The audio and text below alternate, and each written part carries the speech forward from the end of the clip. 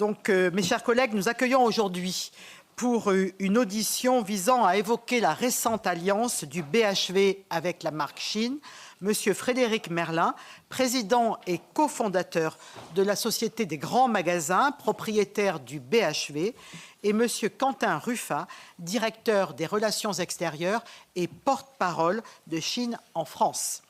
Après l'audition des acteurs de la filière textile française qui a eu lieu dans notre commission le 10 décembre dernier, l'audition de ce matin prend place dans le cadre de travaux de notre commission sur la thématique de la décommercialisation, c'est-à-dire la transformation structurelle du commerce induite par l'apparition des grandes plateformes en ligne et ses impacts en chaîne, fermeture de commerce, vacances croissantes des locaux, accélération de la désindustrialisation, perte d'emplois et de revenus fiscaux, pour ne citer que les plus importants. Monsieur Frédéric Merlin, vous avez fondé en 2018 la Société des grands magasins, SGM, avec l'ambition affichée de redonner vie aux centres commerciaux urbains pour lutter contre la désertification des cœurs de ville. En 2024, le chiffre d'affaires de votre société s'est élevé à 430 millions d'euros et elle possède aujourd'hui un total de 20 grands magasins et centres commerciaux, dont le fonds de commerce du BHV Marais depuis 2023. Le BHV, malgré la puissance historique et symbolique de sa marque, a lui aussi souffert du commerce en ligne au cours des dernières années. Aussi, serons-nous intéressés par votre analyse des enjeux et des évolutions souhaitables du modèle des grands magasins et du commerce physique et de centre-ville, tant à Paris, mais aussi en province. Comment le réinventer pour faire face à l'essor des grandes plateformes?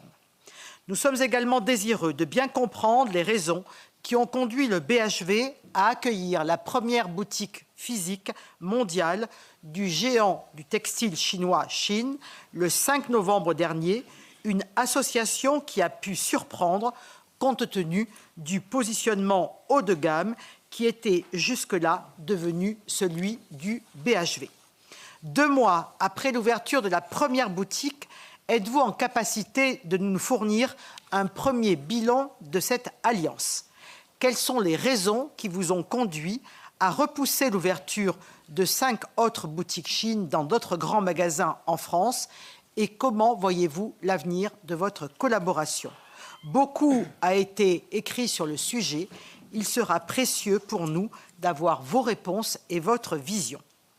Monsieur Ruffat, Shein est une entreprise souvent qualifiée d'ultra fast fashion, qui est devenue l'un des sites les plus consultés au monde et dont le succès s'est accéléré depuis le lancement de son application en 2021.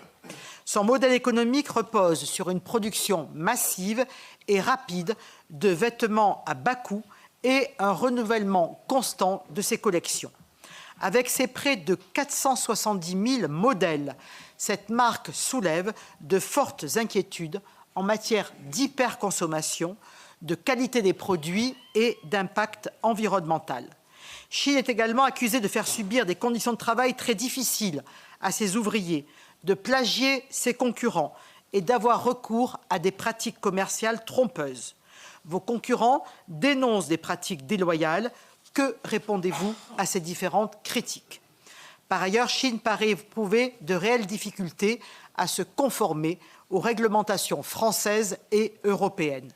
Les demandes répétées d'informations de la Commission européenne relatives au respect du Digital Services Act, les sanctions prononcées ces derniers mois par la DGCCRF et la CNIL, le recours à des milliers de bots pour défendre Shein sur les réseaux sociaux et s'opposer aux initiatives législatives françaises, ainsi que plusieurs scandales liés à la vente de produits illicites ou dangereuses sur sa place de marché, interrogent quant à la volonté de l'entreprise à coopérer efficacement avec les autorités publiques.